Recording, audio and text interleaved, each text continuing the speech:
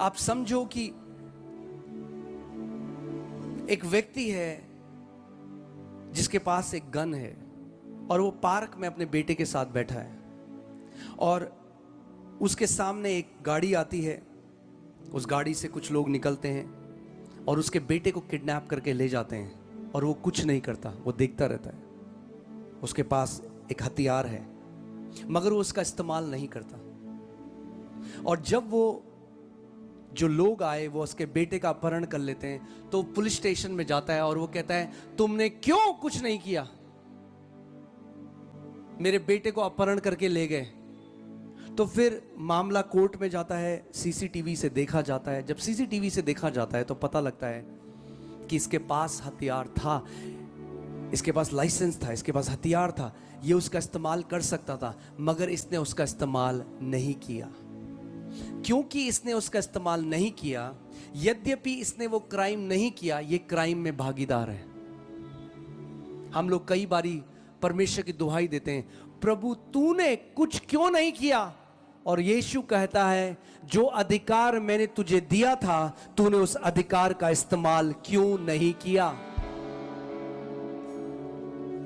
खुद सोचो, अगर हमारा काम केवल परमेश्वर को दुहाई देना है और प्रभु सब कुछ हमारे लिए करता है, तो फिर उसने क्यों कहा मैंने तुम्हें सांपों और बिच्छों को रौंदने का अधिकार दिया है? इसका मतलब वो क्या चाहता है? कौन सांपों और बिच्छों को रौंदेगा? बताओ मुझे रांची, कौन रौंदेगा सांपों और बिच्छों को?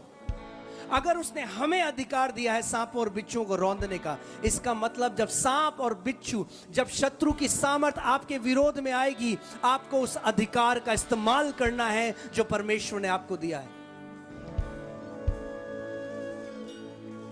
याकूब 4:7 लगाइए।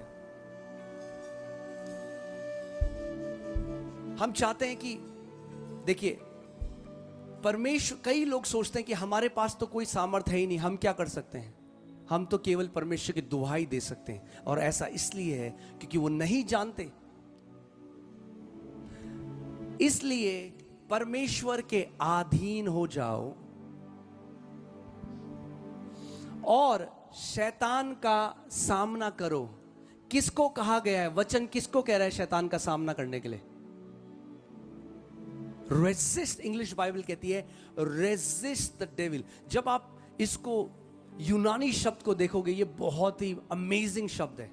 रेजिस्ट का मतलब पता क्या होता है? जैसे इंग्लिश जो यूनानी में शब्द है, उसका मतलब कवच को पहन लो, तैयारी में आ जाओ कि तुम शैतान के विरोध में उसका सामना करने के लिए तैयार हो।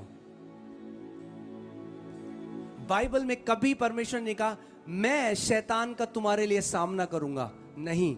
वचन कह रहा है तुम शैतान का सामना करो जब तुम, जिसको अधिकार दिया गया है, जो परमेश्वर की संतान है, जिसको सांपों और बिच्छों का अधिकार दिया गया है, जब तुम अपने अधिकार में खड़े हो जाओगे और शैतान का सामना करोगे तो आपको पता है क्या होगा?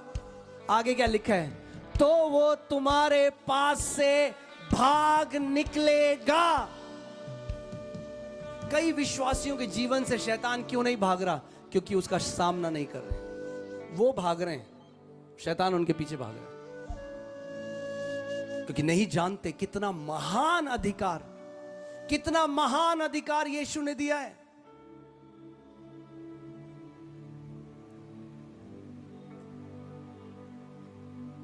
आपको उस अधिकार को पहचानना पड़ेगा, आपको उस अधिकार में चलना पड़ेगा। जब आप उस अधिकार को पहचान लोगे, आप जानते हैं कस्तूरी मृग, कस्तूरी मृग पता है किसी को? कस्तूरी मृग, हाँ, मस्क डियर, उसके डिओडेंट्स बनते हैं, परफ्यूम्स बनते हैं, इत्र बनता है उससे, क्योंकि उसके अंदर एक ऐसी थैली होती है जिससे एक सुगंध आती है। मगर ये जो कस्तूरी मृग है, ये जिंदगी भर ना ये घूमती है कि ये खुशबू कहाँ से आ रही है, वो सूंघती है, कहाँ, फिर इधर जाती है, झाड़ी, पूरी जिंदगी ढूंढती है, ना जानते हुए कि वो सुगंध उसके अंदर से आ रही थी। ऐसे ही कितने मसीह भी हैं, पूरी जिंदगी ढूंढ रहे हैं छुटकारा कहाँ है, पूरी जिंदगी भाग रहे हैं एक जगह से दूसरी जगह, ना जानते हुए कि अधिकार परमेश्वर ने उन्हें पहले से दे दिया था। आप साधारण लोग नहीं हो। बोलो, मैं साधारण नहीं हूं।